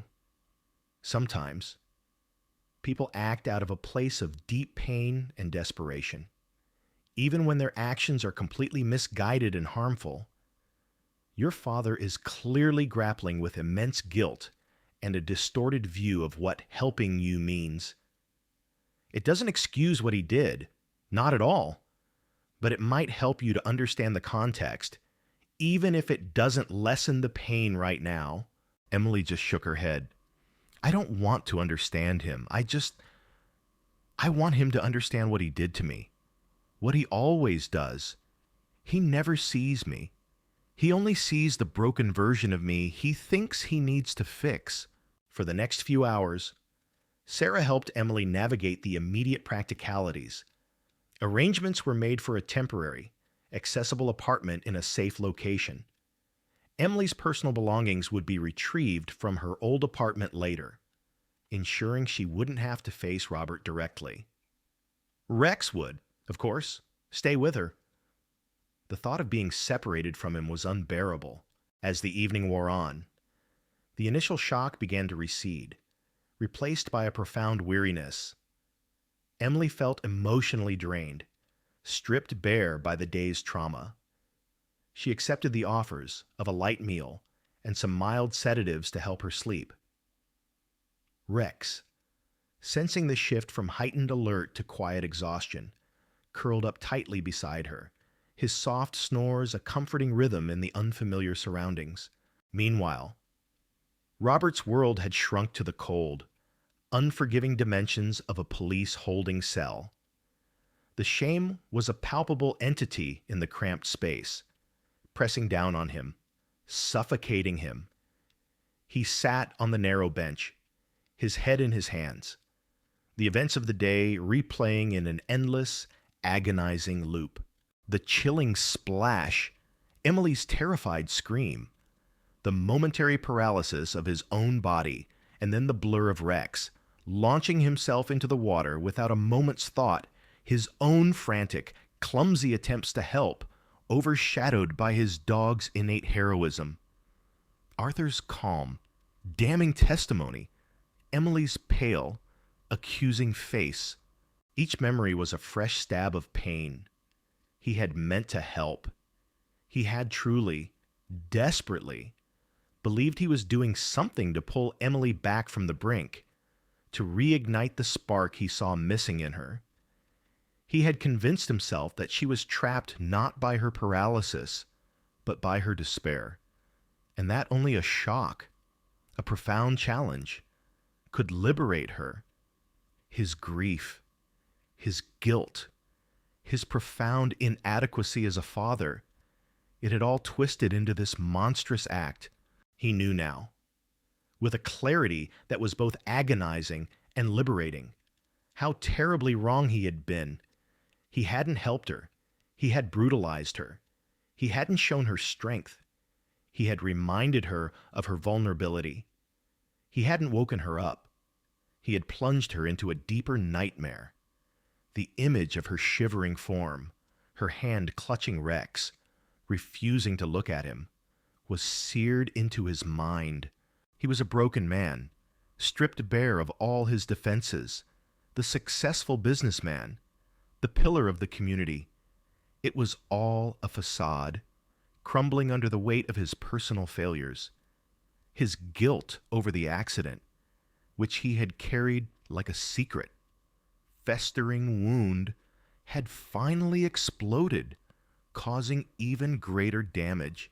A guard brought him a meal, a bland sandwich and a cup of water. Robert barely touched it. His stomach churned with self-disgust. He thought of Emily, and a fresh wave of despair washed over him. He had lost her, truly lost her now, and he had lost Rex too, the loyal creature who had instinctively undone his master's terrible deed. The thought of Rex, his own dog, rescuing Emily from him was a bitter, ironic twist. Rex, the purest and most loyal being in his life, had revealed the true depth of his monstrous mistake. Hours crawled by. The rhythmic clang of distant doors, the hushed voices of the guards, the persistent hum of the fluorescent lights, it all underscored his isolation, his confinement. He had pushed Emily into a literal cold water, and in doing so, had plunged himself into a figurative one, a chilling reality of legal consequences and shattered family bonds. He wondered what would happen to him. Jail. Undoubtedly, he deserved it. But what about Emily? Would she ever recover from this? Would she ever be able to trust anyone again? Let alone him. The thought was unbearable. He closed his eyes, desperate for sleep, for an escape from the relentless self-reproach. But the images persisted. The lake, Emily's face, Rex's powerful, rescuing body. He had thought he was a good father, burdened by a tragic accident. Now, he saw himself for what he had become, a desperate, misguided man whose love had curdled into a dangerous obsession, culminating in an act of profound betrayal. His once carefully constructed world had imploded, and he was left amidst the ruins, stripped of everything but his raw, unvarnished guilt. The path to redemption, if one even existed for him, would be long, painful, and likely solitary. But for the first time in 3 years, he acknowledged the full, terrifying scope of his actions, not just their tragic consequences, and in that harrowing honesty, perhaps, lay the faintest, most fragile glimmer of a true beginning. But first, he had to face the storm he had unleashed. The cold, hard bench of the holding cell offered no comfort, but it was in this stark, unforgiving space that Robert's mind finally, relentlessly, dragged him back to the past. 3 years. 3 years of a suffocating silence, of a guilt so profound it had become a physical weight, pressing down on his chest, stealing his breath. Now, in the aftermath of his catastrophic act, the dam had broken, and the memories flooded in, sharp and agonizing. It was a crisp autumn afternoon, vibrant with the golds and reds of changing leaves. Emily, then a vivacious 17-year-old, had been bubbling with excitement. She had just received her acceptance letter to her dream art school, miles away, a world away from their quiet suburban life. Robert, usually reserved, had felt a rare surge of paternal pride. To celebrate, they had decided on a spontaneous drive to a scenic overlook, a place they hadn't visited since Emily was a small child. He remembered the easy conversation in the car, a rare moment of genuine connection between them. Emily had been animated, sketching furiously in her notebook, dreaming aloud of canvases and colors, of a future bursting with possibility. Robert had smiled, a genuine, unburdened smile. Listening to her youthful optimism, he had felt, for the first time in years, like a good father. Then, the deer. It had materialized out of nowhere, a blur of brown and white, leaping directly into their path. Robert had reacted instinctively, swerving hard, slamming on the brakes. The tires had screeched, a horrifying wail that still echoed in his nightmares. The car had skidded, spun wildly, and then slammed into a sturdy oak tree on the roadside. The world had gone black for a split second, replaced by the sickening crunch of metal and the shattering of glass. When consciousness returned, it was to the acrid smell of burning rubber and the terrifying silence from the passenger seat. "Emily," he'd gasped, his voice raw, his own body aching but seemingly intact. "Emily," he'd turned, his heart seizing in his chest. Emily was slumped against the dashboard, her head at an unnatural angle, her face pale, a trickle of blood at her temple. The passenger side of the car was crumpled inwards, a mangled mess of steel and plastic. "Emily, speak to me." He'd fumbled for his phone, his fingers clumsy with shock. Dialing 911, his voice a desperate, incoherent plea for help. The paramedics had arrived, then the fire department, cutting away the twisted metal. He remembered watching, numb with terror, as they carefully extricated Emily. He heard the hushed whispers, the grave faces of the emergency responders. And then, the words that had shattered his world, delivered by a kind but somber doctor in the emergency room. "Spinal cord injury. It's severe. We don't know the full extent yet, but she may never walk again. Never walk again." The words had echoed in his mind, a death knell for all of Emily's vibrant dreams, for his own quiet hopes. He had been driving. He had swerved.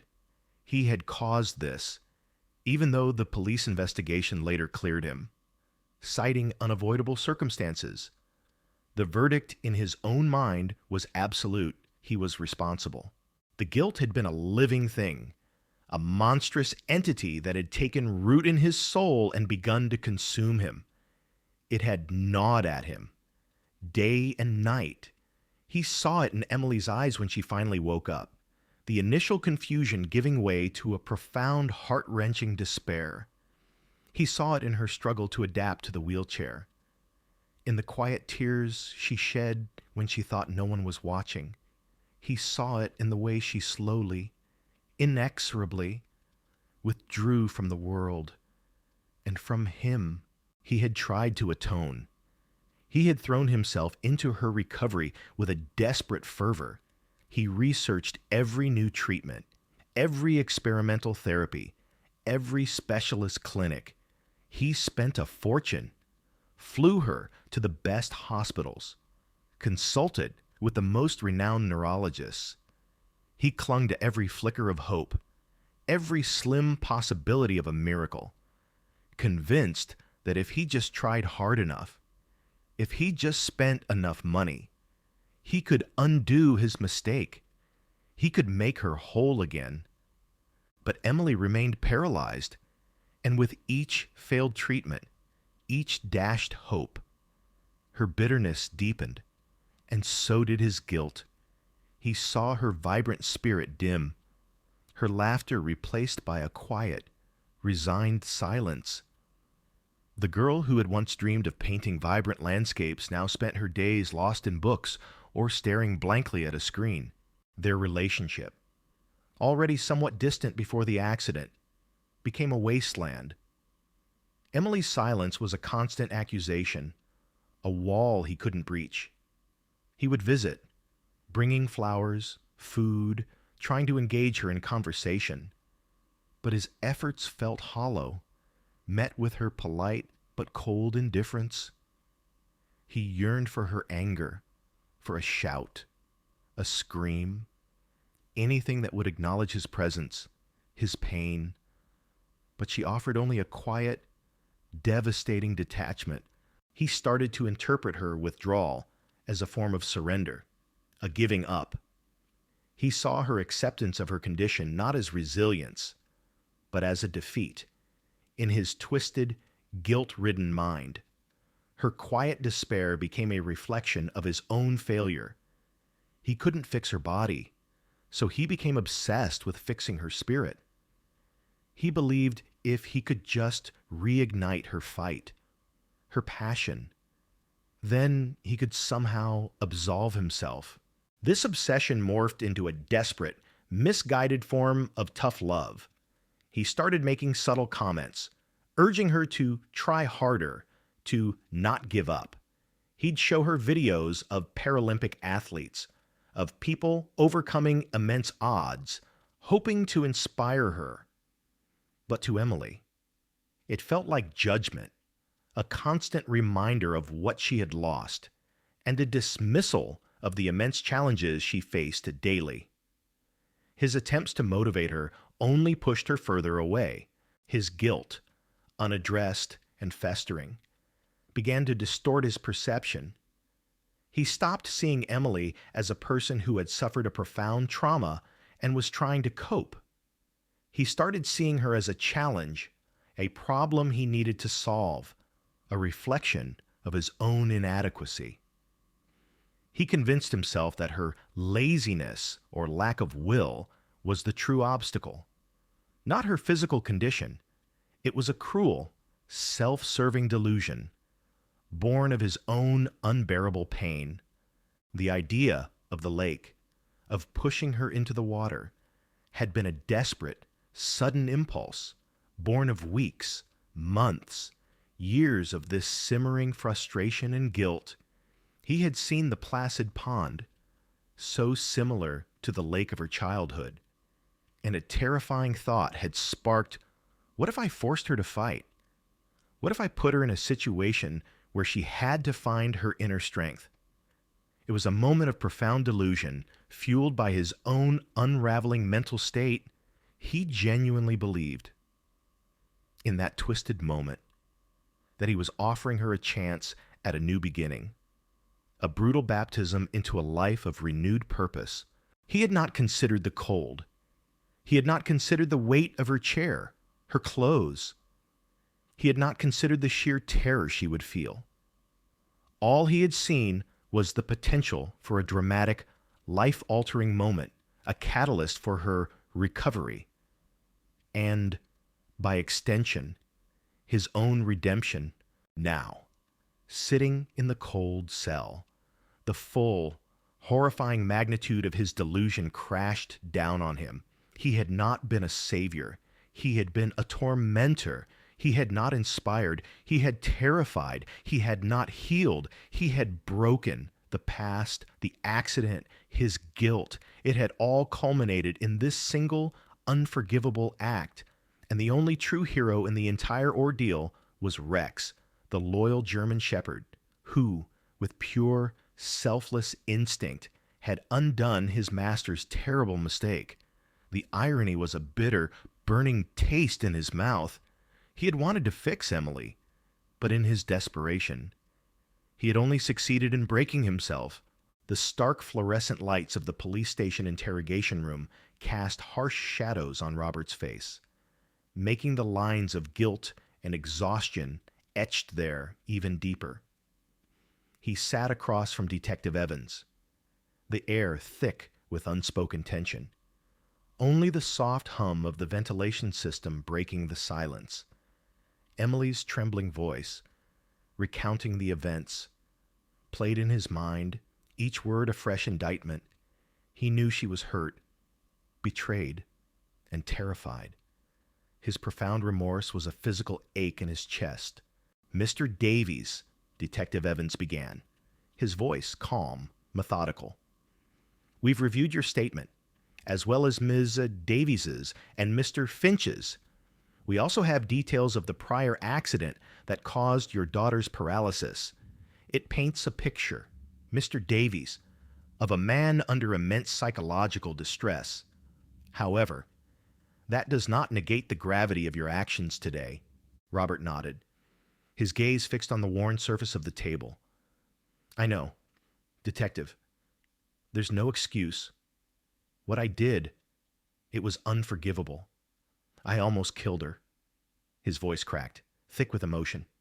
"I swear, I didn't intend to harm her. I don't know what I was thinking.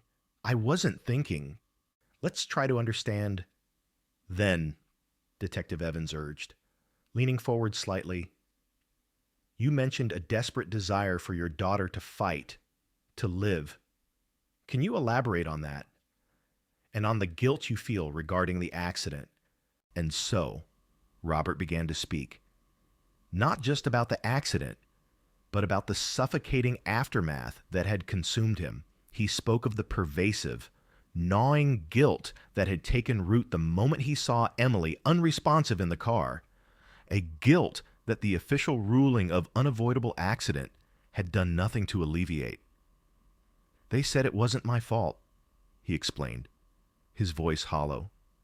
But she was in my car. I was driving. Her life, her dreams, they were shattered on my watch. How can that not be my fault?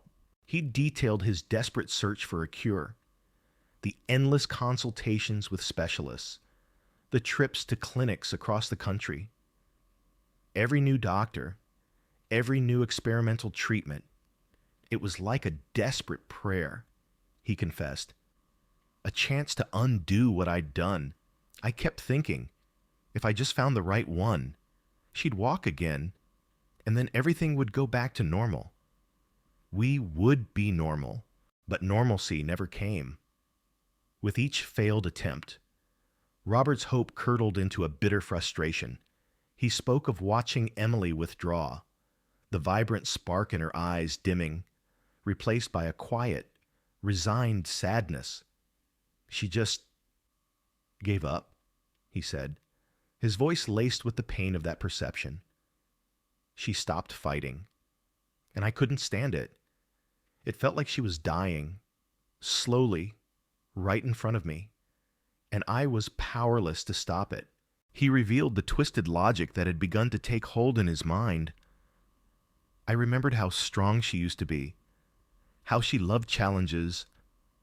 I convinced myself that her paralysis wasn't the real problem, but her spirit, that she was letting the chair define her, letting it win. It was selfish. I know, but I thought if I could just shock her out of it, force her to confront her fear, to fight for her life again, I thought it would be a baptism by fire, that she would emerge stronger, defiant. He paused, a shudder running through him. It sounds insane now. It was insane, but at the moment, standing by that pond, seeing her so closed off, I saw the water, and I thought, this is it. This is the only way to break through. Detective Evans listened, making careful notes. He recognized the pattern, profound guilt transforming into a desperate need for control, which then manifested in a destructive act. So, in essence, Mr. Davies, the detective summarized, you were trying to save her from what you perceived as her own emotional paralysis. In a misguided attempt to alleviate your own guilt over her physical paralysis. Robert nodded, tears finally flowing freely down his face. Yes, exactly. I wanted to fix her so badly, to take away her pain, but all I did was inflict more. I wanted her to be the girl she was, not the woman she had become, and I pushed her, literally and figuratively, until I broke her even more, and broke myself in the process. He then spoke of Rex, the unconditional loyalty of the German Shepherd, a constant, unwavering presence in Emily's life, and a quiet reproach to Robert's own failings. Rex, he's always been more than a pet, Robert said, his voice filled with a profound awe and humility. He's Emily's rock, and when I pushed her, he didn't hesitate. He went in after her. He saved her. My own dog had more sense, more true love, than I did in that moment. He closed his eyes. The image of Rex pulling Emily to safety, a painful testament to his dog's heroism and his own folly. It took Rex, a dog, to show me the true meaning of selfless love and immediate action. Robert confessed, his voice heavy with the weight of his realization. He didn't think about tough love or what was best for her spirit. He just saw her in danger and acted. That's what a father should do. Not what I did. The confession continued for hours, a raw, painful excavation of Robert's psyche. He held nothing back, laying bare his anxieties, his despair, his profound sense of responsibility for Emily's condition. He confessed to feeling increasingly isolated, unable to share the crushing weight of his guilt with anyone. His wife had left him years ago, unable to cope with the aftermath of the accident and his escalating obsession with Emily's recovery. He had pushed everyone away, internalizing his pain until it festered into this destructive madness. When the interview finally concluded, Robert felt utterly drained, yet strangely lighter. The burden of his secret guilt, which he had carried for 3 years, had finally been unburdened. He knew that this confession wouldn't absolve him legally, but perhaps, just perhaps, it was the first step towards a long, arduous journey of personal accountability and, ultimately, true healing. As he was led back to his cell, the clang of the door echoing behind him, he knew his immediate future was grim. He would face charges, a trial, and likely imprisonment. But for the first time in a long time, the clarity of his error, the stark admission of his twisted love, allowed him to see a faint path forward. It was a path towards genuine atonement, not for the accident, but for the unforgivable act he had committed today. And the first step on that path was facing the consequences, no matter how severe. In the days that followed Robert's arrest, Emily found herself adrift in a strange new reality. She was staying in a temporary, accessible apartment, meticulously arranged by Sarah, the compassionate social worker. The space was functional, clean, but utterly devoid of the familiar warmth of her old home, a stark reflection of the emotional void within her. Rex, however, was a constant source of grounding. He was her shadow, her confidant, and, in his silent, unwavering presence, a quiet beacon of hope. Rex seemed to possess an innate understanding of her emotional state. When she was lost in thought, staring blankly at the wall, he would nudge her hand with his wet nose, a soft whine escaping his throat, as if urging her back to the present. When the nightmares came, echoing the terror of the cold water, he would instantly be there, a heavy, comforting weight on her chest, his rhythmic breathing a soothing lullaby.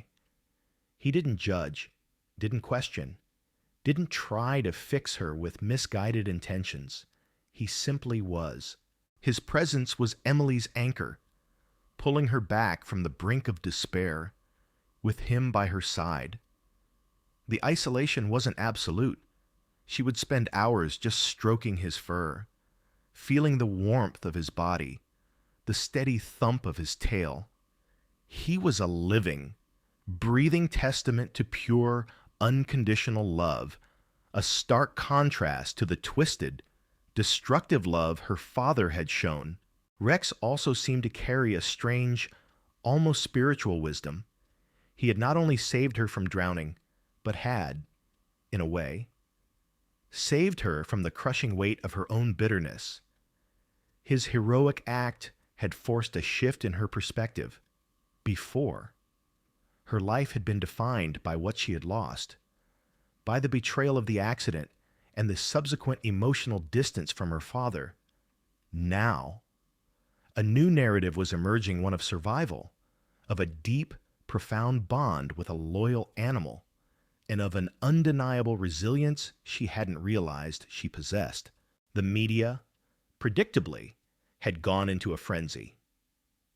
The story of Manshov's wheelchair-bound daughter, Interlake, hero German Shepherd saves her, went viral. Exactly as Arthur Finch had predicted, news channels ran segments, online forums exploded with outrage and admiration, and Rex became an overnight sensation. Local reporters camped outside the police station, desperate for a glimpse of the hero dog. Organizations dedicated to animal welfare flooded the police with calls, offering awards and recognition for Rex's bravery.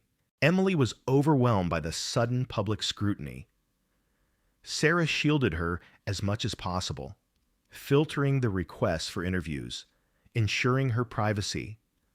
But the narrative was everywhere, a constant reminder of the trauma. Yet, amidst the sensationalism, a strange thing began to happen. People started sending letters, emails, even small gifts addressed to Rex. These weren't just shallow expressions of admiration for a heroic dog. Many were deeply personal, heartfelt messages sharing stories of their own loyal pets, or of overcoming their own private battles. One letter, from a woman who had lost her own mobility in a car accident, resonated deeply with Emily. It spoke of the long, lonely road to acceptance, of the unique bond with an animal companion, and of finding strength in unexpected places. It didn't offer platitudes or easy solutions, but rather a quiet understanding, a shared experience of profound loss and resilient recovery.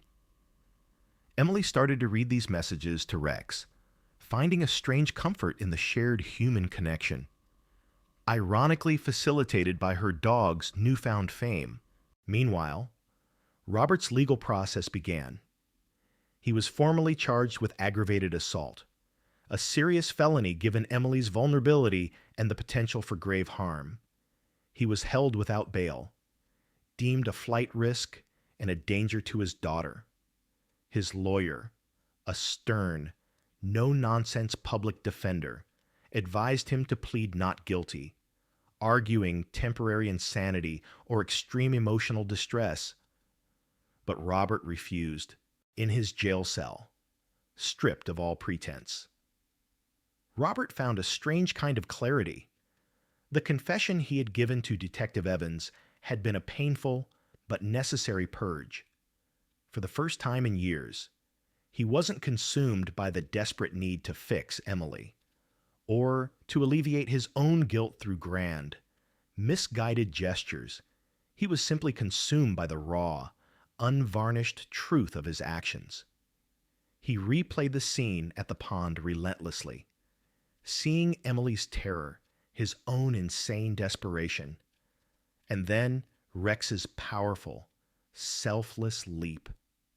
Rex, his own dog, his loyal companion for years, had saved Emily from him. The thought was both a crushing blow and a revelation. Rex hadn't judged him. The dog had simply acted, driven by pure, unconditional love for Emily. That was the purest form of love, Robert realized, the kind he had failed to give. Rex's actions were a mirror, reflecting back his own profound failures, but also, surprisingly, showing him the simple, uncomplicated path to true care. During one of his lawyer's visits, Robert spoke about Rex. "He's a good dog," he said, his voice hoarse. "He saved Emily. He's always been good to her, better than me." His lawyer, focused on legal strategy, tried to steer him back to his defense, but Robert insisted, "Just make sure he's okay. Make sure Emily keeps him. He needs her, and she needs him more than she'll ever need me." The lawyer, surprised by his client's sudden focus on the dog, made a note. It wasn't legally relevant, but it spoke volumes about Robert's state of mind. Emily, informed of Robert's plea, felt a surge of cold satisfaction mixed with a strange, complicated sadness. He wasn't denying it. He was accepting responsibility. It was a small comfort, but a comfort nonetheless. The anger, though still present, began to feel less like a raging fire and more like a low, simmering ember. Rex became a silent bridge. His presence constantly reminded Emily of the innate goodness in the world, the pure, untainted love that existed despite human failings. He was a symbol of strength and loyalty, and through him, Emily began to reevaluate not just her father, but herself. She had survived. She had a companion, and with Rex by her side, perhaps, she could find a way to navigate this new, uncertain chapter of her life, not as a victim, but as a survivor. The quiet wisdom of the German Shepherd, expressed not in words, but in unwavering presence and heroic action, was slowly, imperceptibly, guiding her towards a new understanding of resilience, and perhaps even the complex, convoluted path towards forgiveness. The road to forgiveness is rarely a straight path. More often, it's a winding, treacherous trail fraught with emotional landmines and unexpected detours. For Emily, the immediate aftermath of Robert's arrest was a confusing mix of anger, relief, and a profound, aching sadness. She felt a perverse sense of justice in his predicament, yet the thought of her father, broken and alone in a jail cell, stirred an unsettling pity she wasn't ready to acknowledge. Rex, however, remained her steadfast companion, a silent witness to her internal turmoil, his quiet presence a constant source of solace. Emily began attending therapy sessions, a condition set by the social worker. Sarah, her therapist, Dr. Albright, was a woman of gentle wisdom and unwavering patience in their sessions. Emily slowly began to unpack the layers of her trauma, the initial accident, the physical pain, the emotional devastation, her father's escalating guilt, and finally, the horrific incident at the pond. "It's okay to feel angry, Emily," Dr. Albright assured her during one session, her voice calm and reassuring. "What your father did was a profound betrayal. It was an assault. That anger is a protective mechanism, a way your mind is trying to process an unthinkable act. But then I feel guilty for being angry," Emily confessed, tears welling in her eyes. "He's my father, and he's broken. I saw it in his eyes. He looks lost. And Rex doesn't hate him. Rex went to him after he pulled me out. He nudged him. How can a dog be more forgiving than I am?" Dr. Albright smiled gently. "Dogs live in the present. Emily, they act on instinct and pure loyalty. Humans are far more complex. Your father's actions stemmed from a deep, twisted place of guilt and misguided love. It doesn't excuse them, but understanding the roots of his behavior might, eventually, help you separate the act from the person. Forgiveness isn't about excusing the harm. It's about releasing yourself from the burden of carrying that hatred." This concept resonated with Emily. The hatred, the bitterness she had harbored for years, truly felt like a heavy chain, binding her to the past. But releasing it felt impossible, a betrayal of her own pain. Robert, meanwhile, was navigating his own harrowing journey. His public defender, Ms. Ramirez, was a formidable advocate. But Robert's steadfast refusal to deny his actions complicated her defense strategy during their meetings.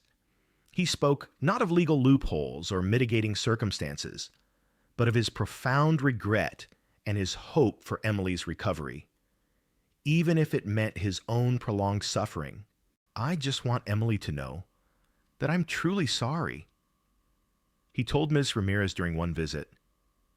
"Not just for the pond, but for everything.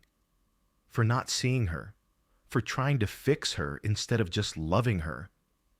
Ms. Ramirez, a seasoned professional who had seen countless defendants express remorse, was struck by the raw honesty in Robert's eyes. "Mr. Davies, this remorse will be beneficial during sentencing, should it come to that. But for now, we need to focus on the legal proceedings. She suggested he write a letter to Emily, to be delivered through legal channels, expressing his remorse directly. Robert seized the idea, spending hours in his cell, penning and tearing up drafts, trying to articulate the depths of his shame and the sincerity of his apology. The letter arrived weeks later, after much deliberation by the legal teams. Emily's first instinct was to tear it up, to throw it away, unread. But a quiet curiosity and Rex's soft nudge against her hand urged her to open it. The handwriting was shaky, the words halting, but the message was clear, a full, unequivocal apology. Robert admitted his guilt, acknowledged the pain he had caused, and expressed profound regret for his misguided attempts to fix her. He spoke of his own overwhelming guilt for the accident, his desperation, and how it had warped his perception. He mentioned Rex, and how the dog's selfless act had been a painful but necessary mirror, reflecting his own failures and Emily's true strength. He didn't ask for forgiveness, only for her understanding, and for her to know that he accepted full responsibility. Reading it was like a dam breaking. Tears streamed down Emily's face, a mixture of anger, sorrow, and something fragile, almost like relief. It wasn't a magic cure, but it was a crack in the impenetrable wall he had built with his actions. And in the wall she had built around her heart. It was the first time he had truly seen her pain and acknowledged his role in it without trying to justify or rationalize. The letter didn't instantly grant forgiveness, but it planted a seed. Emily discussed it with Dr. Albright, exploring the complex emotions it stirred. Dr. Albright emphasized that forgiveness was a process, not a single event. It might take years, or it might never fully materialize, and that was okay. The important thing was Emily's own healing. As the legal proceedings moved forward, Robert pleaded guilty to a lesser charge of reckless endangerment, a plea Ms. Ramirez negotiated, arguing his profound remorse and history of mental distress during the sentencing hearing. Robert stood before the judge, his face pale but resolute. He read a statement, eyes fixed on Emily, who sat in the gallery with Sarah and Rex beside her. He reiterated his deep regret, his acceptance of responsibility, and his hope that Emily could, one day, find peace. He expressed profound gratitude to Rex, calling him a true hero. The judge, clearly moved by both the testimony of Arthur Finch and Robert's contrite statement, and acknowledging the severe mental distress Robert had been under, handed down a sentence that balanced justice with a measure of rehabilitation. Robert received a significant prison sentence, but with a strong recommendation for intensive psychological counseling and anger management during his incarceration. He was also issued a strict, long-term restraining order, preventing any direct contact with Emily upon his release, unless initiated by Emily herself. The verdict brought a strange sense of finality for Emily. It wasn't a triumphant moment, but a quiet, solemn one. Justice, in a way, had been served. Her father would face consequences for his actions, but there was no joy in it, only a weary acknowledgement of a painful chapter closing. In the months that followed, Emily continued her therapy, slowly rebuilding her life. The temporary apartment became home. She started painting again, tentatively at first, then with renewed passion, using her art as a powerful outlet for her emotions. Her subjects were often nature, the serenity of lakes, but always, always with Rex, a loyal, protective presence featured prominently. Rex became the focal point of her life, his unwavering love a constant source of strength. He was her reason to wake up, her motivation to explore, her quiet companion in a world that was slowly, tentatively, becoming hers again. The ripples from that dreadful day had spread far, but within them, Emily was discovering a quiet, profound resilience, guided by the unwavering heart of her German shepherd. Months turned into a year, then two. Since the incident at Willow Creek Pond, Emily's temporary apartment, once a sterile holding place, had slowly transformed into a vibrant reflection of her resilient spirit. Canvases adorned the walls, bursting with color and emotion. Some depicted abstract landscapes, others captured the serene beauty of the lake, often with a silhouette of a German shepherd by the water's edge. This was Emily's new normal, a life rebuilt not on the shattered fragments of the past, but on the enduring strength she had discovered within herself, largely thanks to Rex. Rex, of course, was always there. He was her constant shadow, her furry muse, and her most devoted companion. He'd lie patiently in her studio as she painted, his soft snores a soothing rhythm, or accompany her on long, quiet rolls through accessible parks, his leash held securely in her hand, his steady pace matching the gentle whir of her wheels.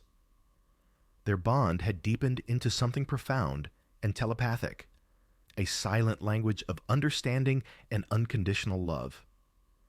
The hero dog title had faded from the headlines, but in Emily's heart, Rex remained the purest embodiment of courage and loyalty. Her therapy sessions with Dr. Albright continued, evolving from processing trauma to cultivating resilience and acceptance. Emily still had her moments of sadness, days when the phantom ache of her lost mobility felt overwhelming, or when the memory of her father's betrayal resurfaced like a cold current.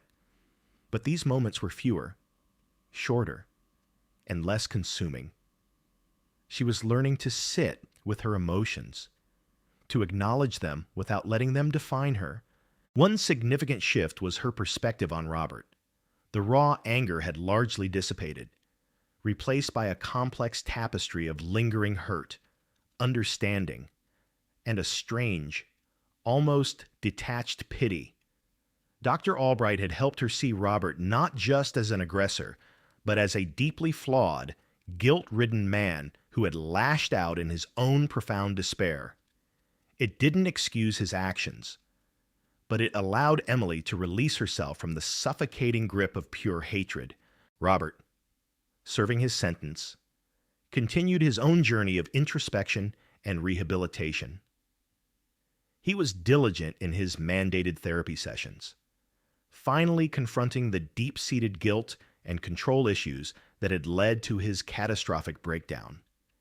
He read every book his lawyer brought him on grief, on forgiveness, on healthy communication. He wrote letters to Emily, not asking for forgiveness, but providing updates on his progress, reiterating his remorse, and expressing his hopes for her well-being. These letters were sent to Sarah, the social worker, who would, with Emily's permission, forward them. Emily didn't reply directly, but she read them. She saw a genuine shift in his tone, a humility that had been absent before. He spoke of accountability, of understanding his own mental health struggles, and of wanting only for her to find peace. He never once mentioned the accident, focusing solely on his inexcusable act at the pond and the pain he had caused. One afternoon, almost 2 years after the incident, Emily was at a local art fair, exhibiting some of her new pieces. A young woman in a wheelchair approached her booth, her eyes wide with recognition. "Emily Davies?" she asked tentatively. I follow your story online, and your art is incredible." Emily smiled, genuinely. "Thank you. And yes, this is Rex." She gestured to the German shepherd, who was calmly surveying the crowd from his spot beside her chair. The woman introduced herself as Lena, and they struck up a conversation. Lena had been paralyzed in a hiking accident 2 years prior. Around the same time as Emily's pond incident, they spoke about the challenges of adapting, the frustrations, the unexpected moments of joy. Lena had followed Emily's story, not just the viral sensation, but the quiet updates shared by animal welfare groups about Rex, and Emily's subsequent journey into art. Your story and Rex's courage, it really helped me, Lena confessed, her eyes shining. It showed me that even after something truly awful, you can find your way back. And that dogs, well, they're just the best therapists, aren't they? This interaction, and others like it, started to change Emily. She realized that her story, raw and painful as it was, had resonated with others. Her art, born from her struggles, now served as a powerful testament to resilience. She began to volunteer for local disability advocacy groups, sharing her experiences, not dwelling on the trauma, but emphasizing the strength found in overcoming. She never shied away from mentioning Rex, acknowledging his pivotal role in her survival and healing. One day, Sarah, the social worker, contacted Emily. Robert has requested a supervised visit. Emily, with your permission, of course. He's been making excellent progress in therapy, and his counselors believe a supervised meeting, if you're open to it, could be a part of his continued rehabilitation. Emily's heart seized. A supervised visit. She hadn't seen him, face to face, since the police car had taken him away.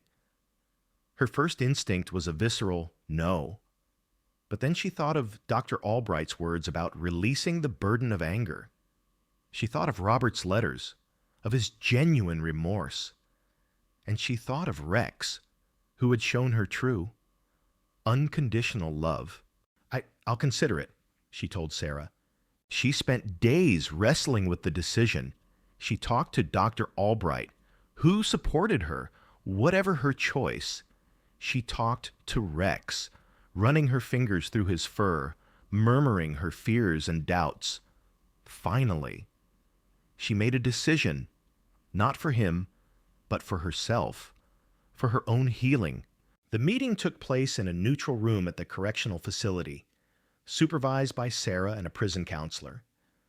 Robert entered, looking older, thinner, but his eyes held a clarity she hadn't seen in years. He was no longer a silhouette of guilt, but a man humbled by his mistakes. Rex, sensing the gravity of the situation, remained calm and attentive by Emily's side, his presence a silent shield. "Emily," Robert began, his voice hoarse with emotion, "thank you for coming. There's nothing I can say, nothing that will ever make up for what I did.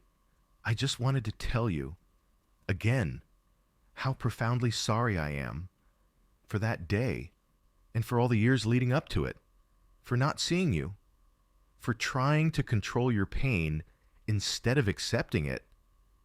His gaze met hers, raw and vulnerable.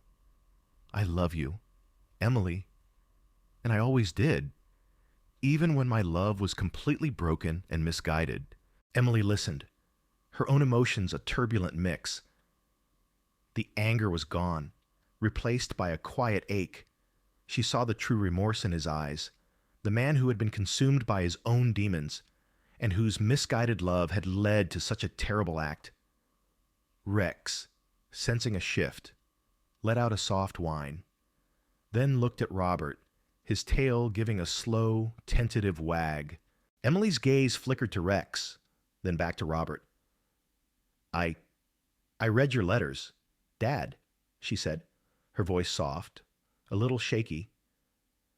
"And I heard what you said in court. It's a start." She paused, taking a deep breath. "What you did was wrong. It was terrifying. And it broke something in me that day. But Rex pulled me out. He saved me. and he's taught me more about unconditional love than anyone ever has." She looked at Rex, who responded with a gentle lick to her hand. "He's still your dog, too. Dad, he misses you." Robert's eyes welled up. He extended a trembling hand, not towards Emily, but towards Rex, who cautiously approached, sniffed his hand, and then, after a moment's hesitation, nudged his head into Robert's palm.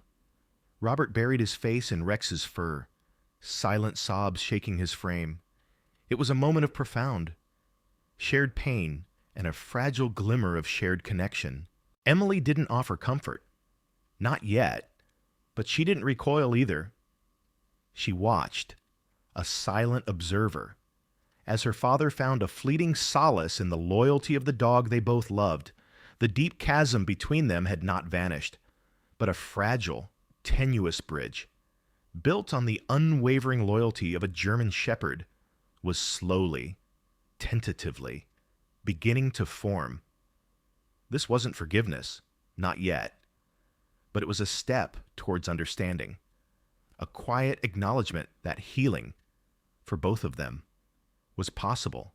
The years that followed were a testament to the slow, arduous, but ultimately transformative power of healing. Emily's life, once seemingly defined by paralysis and pain, blossomed with a vibrant purpose. The incident at Willow Creek Pond, once a traumatic scar, became a profound catalyst for growth, a dark crucible from which unexpected strength and compassion emerged. Her art flourished. Her paintings, once a private outlet, gained recognition, exhibited in local galleries, and, eventually, in larger, more prominent shows. She specialized in natural landscapes, often featuring elements of water and the enduring presence of a loyal German shepherd. Her work resonated with audiences, not just for its artistic merit, but for the raw emotion and resilience it conveyed. She never explicitly shared the full, dramatic story behind her art in public, but the undercurrent of survival, hope, and the profound bond with her dog was palpable in every brushstroke. Emily also became a passionate advocate for disability rights and animal welfare. Inspired by her conversations with Lena and countless others who reached out after her story went viral, she started a small foundation. Its mission was twofold: to provide emotional support and resources for individuals adapting to life with a disability, and to fund training and placement for service animals, particularly for those in vulnerable situations. Rex, of course, was the foundation's unofficial mascot, a quiet ambassador whose gentle demeanor and unwavering loyalty charmed everyone he met. He would accompany Emily to speaking engagements, his presence a powerful, living embodiment of the message of resilience and unconditional love. Her relationship with Robert continued to evolve, slowly, cautiously. After his release from prison, a changed man, he fully committed to a life of quiet atonement. He had served his time, received intensive therapy, and emerged with a profound understanding of his own psychological wounds. The restraining order remained in place, a legal boundary that both respected. Their contact was initially limited to letters and mediated video calls through Sarah. The social worker. Robert never pushed for more than Emily was comfortable with. His only request was updates on Rex and photos of him. Then, one crisp autumn afternoon, almost 5 years after the pond incident, Emily found herself standing by the very same lake, its surface shimmering under the gentle sun. She wasn't there to revisit the trauma, but to paint. It was a serene spot, the vivid colors of the surrounding trees reflecting in the still water. Rex lay peacefully by her side, his muzzle resting on her lap as she sketched. A familiar figure approached cautiously from the tree line. It was Robert, He was older, his hair grayer, his movements more deliberate. He carried a small, worn book in his hand, a collection of Emily's art, a gift from Sarah. "Emily," he said, his voice soft, almost a whisper. "I hope I'm not intruding. Sarah mentioned you might be here." Emily looked up, her hand pausing in her sketch. There was no anger, no fear, only a quiet acknowledgement. "Hello, Dad," she replied. She gestured to Rex. "Rex, look who it is." Rex, surprisingly, rose and padded towards Robert. He sniffed his hand. Then, with a soft whine, nudged his head into Robert's side, tail giving a slow, gentle wag. It wasn't the boisterous greeting of old, but it was a recognition, a quiet acceptance. Robert knelt, burying his face in Rex's fur, silent tears streaming down his face. Emily watched, a knot of complex emotions tightening in her chest. Rex was, truly, the bridge. "He never forgot you," Emily said, her voice betraying a hint of emotion. Robert looked up, his eyes red-rimmed but filled with gratitude. "He's a remarkable dog. He always was." He paused, his gaze meeting Emily's. "I just wanted to see you, to see that you're well, and to tell you, in person, that I am forever sorry. For everything. For the pain I caused. For not being the father you deserved." He didn't offer excuses, only raw, humbled remorse. Emily took a deep breath. The anger had faded. The bitterness had dissolved, leaving only the scar of memory. She knew she might never fully forget, but she also knew she had moved past it. "I'm here, Dad," she said, her voice steady. "I'm here, and I'm well, and I have Rex." She looked at her loyal companion, then back at Robert. "And I think I understand now. Not what you did, but why you were so desperate. It doesn't make it right, but it makes it understandable." It wasn't a grand declaration of forgiveness, not a sudden, complete absolution. It was something far more profound and real, a quiet, tentative step toward shared humanity. The years of therapy, of self-reflection, of both their separate struggles, had led to this moment. They sat there for a long time, not talking much, just existing in the same space. The silence no longer strained, but filled with a fragile peace. Rex lay between them, occasionally resting his head on one, then the other, a silent guardian of this delicate truce. The lake, once a place of terror, was now a place of quiet understanding, reflecting not just the sky, but the possibility of healing. Emily continued her work, her advocacy. Robert volunteered at a local animal shelter, dedicating his time to caring for neglected dogs, finding a quiet purpose in selfless service, a true atonement. He never sought the limelight, content to work behind the scenes. A constant reminder of the loyalty and goodness he had once overlooked in his desperate pursuit of what he thought was right. The story of the man, the daughter, and the German shepherd faded from the viral headlines, replaced by new sensations. But its ripple effect continued. Emily's art inspired. Her foundation provided hope and practical help.